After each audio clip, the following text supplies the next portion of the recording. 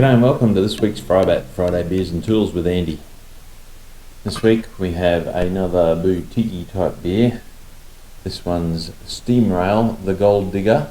It's a golden ale. It comes from Liquorland, which is one of the big retailers in Australia, and they have commissioned, I guess you'd say, a number of boutique type beers to be made under license for the Australian Beer Connoisseurs Group. Anyway, let's see what the Steamrail, the Gold Digger, is like. Happy Friday.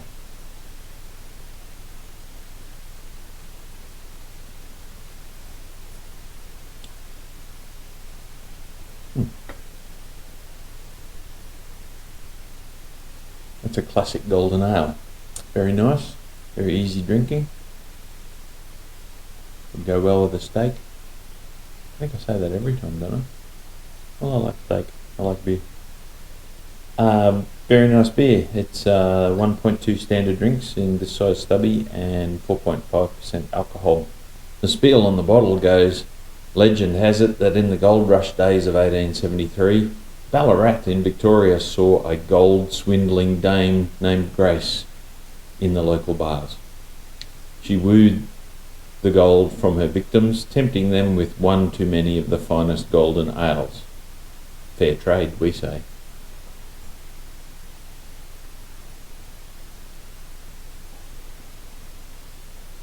What's my rating on the Steamrail, the Gold Digger? I would give that a solid 4.5 out of 5. That's a very nice beer. As you well know, I'm partial to the Pacific ales and some of the pale ales. Golden ales is a different flavour again, but it's actually very nice, very drinkable.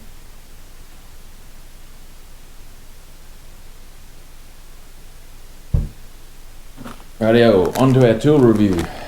This week we have two tools to review.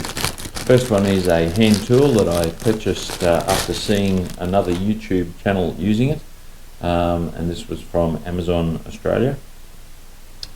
This is a twin/quad brake shoe separator or spreader. What does it do? One of the problems with disc brake calipers is when you remove worn pads, the caliper pistons are actually out quite a long way. If there's a fair bit of road grime, etc., cars are getting a bit old, often the pistons are actually hard to push back into the cylinders so that you can fit the new thicker brake pads. It is very important to note at this point that if you are pushing back pistons in disc brake calipers, will have their ABS or their master cylinder setup damaged if you don't release the bleed screw on each caliper as you push the pistons back. That's an important tip. Toyotas especially can be damaged in their very expensive ABS unit. So how does it work? Well, these two surfaces look very much like, similar shape to a brake pad. Once you've removed your pads, you slide this in, and it has a ratcheting handle on it, which you can see there. A little bit hard to see. And once you've slid it into your caliper, it's then just a matter of there's a ratcheting latch here, and what that enables you to do is picture it inside the caliper. Very hard to video.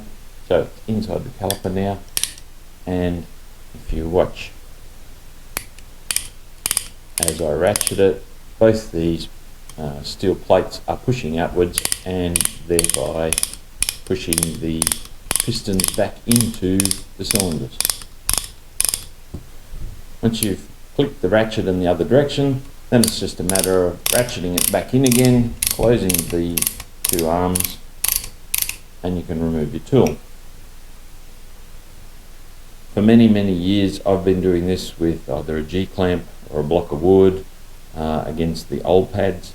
That's okay. One of the problems is unless you get it set up right, you can push one piston in faster than the other, and of course differential pressure will try and push the other piston out. This way all pistons, whether they be a 2-piston caliper or a 4-piston caliper, probably wouldn't work with a 6-piston given the size of the plate. However, I have seen other models that have larger add-on plates for 6-piston calipers. When you're pushing on all the pistons at the same time, when you release the bleed screw, you release the pressure in the cylinders, and you can push all of the cylinders out at the same rate. So that is a twin quad brake shoe spreader available on eBay, and I'll put a link down in the description. Handy little tool. I didn't tell you how much it was. $25.85 delivered from Amazon Australia. How's it go on the value, on the Grace Builds beer value scale? I think at $25 it's actually pretty good value. I'm going to give it a 4 out of 5 beers for value. For functionality, again, another specific tool, and those that have been watching for a while know that I like my specialist tools. It does its job, and that's all it does. So for functionality, it's a 5 out of 5. I can't see any issues with it. They're a cheap Chinese tool, but it's just a simple ratchet and a couple of bits of steel plate, so not much to go wrong. So that's it.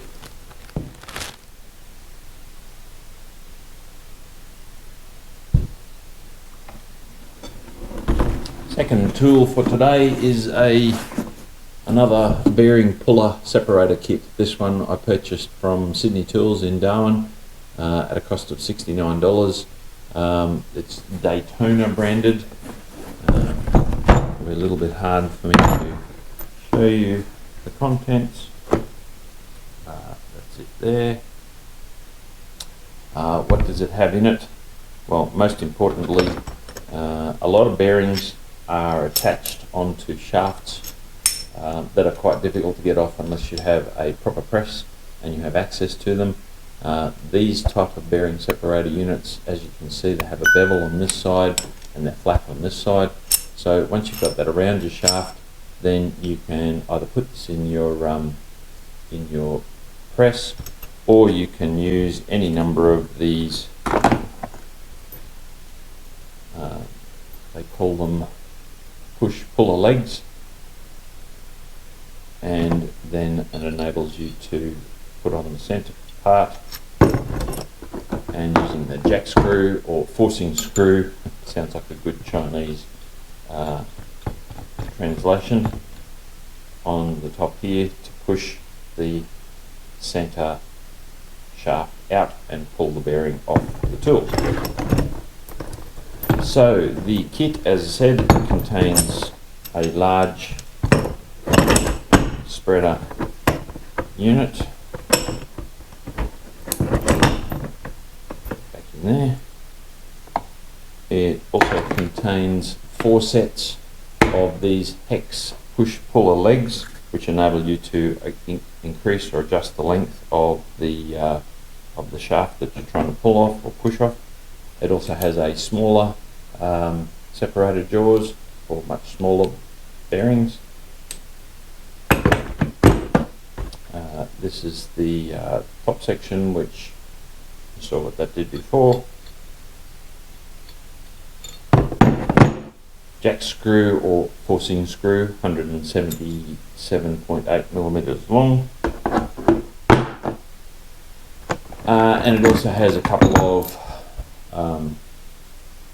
angled legs for pulling off bearings as well, which again used in that regard. And then your jack screw comes down from the top.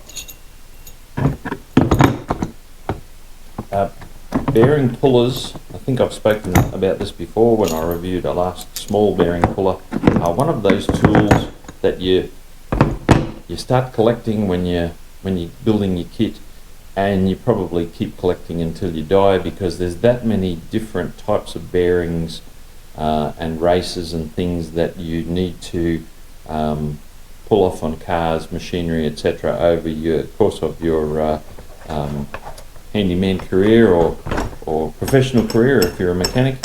And bearing puller kits is something you just keep collecting. I didn't have any of these type beveled edge units before, so very handy for me to now have those. It's not a particularly expensive kit at $69. Like everything that's made, forged, alloy forged and steel forged, made in China of course, but the one thing the Chinese do well is mass produce these things at a cheap price. The quality seems to be very good. Of course, some pullers are easy to break. That's probably because they're being used on something they weren't designed for, hence why we need to have, wives take note, we need to have very many sets of different types of bearing pullers for specific jobs. $69 from Sydney Tools. You probably can get them cheap. I haven't looked on eBay to see whether there's a similar kit or Amazon, but I'm sure that there probably is. But this was a spur of the moment purchase when I was in the tool shop recently, and I think it's a pretty good kit. $69 value for money. It's pretty good. Let's give it a 3.5 out of 5 beers for value. Functionality, as I said, bearing kits, bearing removal kits, hundreds and hundreds of different types, and you probably can never have too many of them. So for functionality, I'm going to give it a 4 out of 5 beers. It should help do some more bearings that I haven't been able to remove in the past, or have completely made a mess of trying to get them off in the past.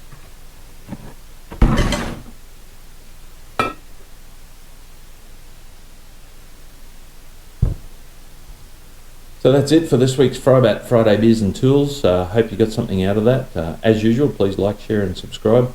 I'm going to finish up today. I had a bit of a fishing trip up to Kakadu National Park. For our international visitors, Kakadu, you may have heard it before. It's internationally renowned wetlands up here in the Northern Territory. It's a very important ecosystem, absolutely beautiful place to visit. If you ever get to Australia, put Kakadu on your list. It's not cheap to get there, but as a local, it's pretty easy for me to get there. Did a bit of a fishing trip up there last weekend, so I'm going to finish up with a few pictures. Didn't catch any fish. Wrong time of year to be catching fish in the Territory, but still spectacular to be out on the water at sunrise. Anyway, thanks for watching. See you next week. Cheers.